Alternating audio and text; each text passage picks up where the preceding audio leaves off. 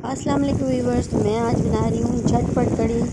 मसाला मैंने तैयार कर लिया है जनाब। प्याज काट लिए हैं, उसमें मैं शामिल करूँगी अदरक लहसुन टमाटर डाल लिए हैं। साथ में बस इसको थोड़ा सा फ्राई करना है, इसका रंग थोड़ा सा चेंज हो जाए।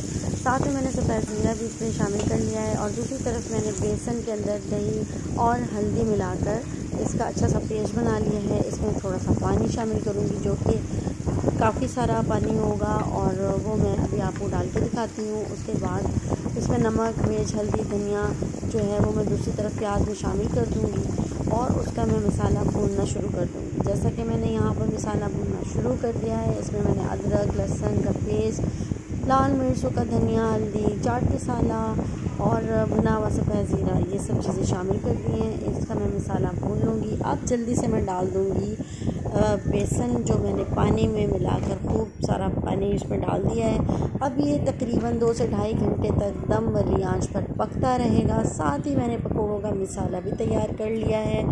उसके साथ ही मैं अब जब ये पूरा तरीके से गाढ़ा होना शुरू हो जाएगा तो मैं पकौड़े बनाऊंगी और पकौड़े बनाने के बाद मैं झटपट कड़ी बनाकर आपकी खिदमत में पेश कर दूंगी। तो मेरी कड़ी तैयार हो गई। आप ये रेसिपी ट्राई कीजिए।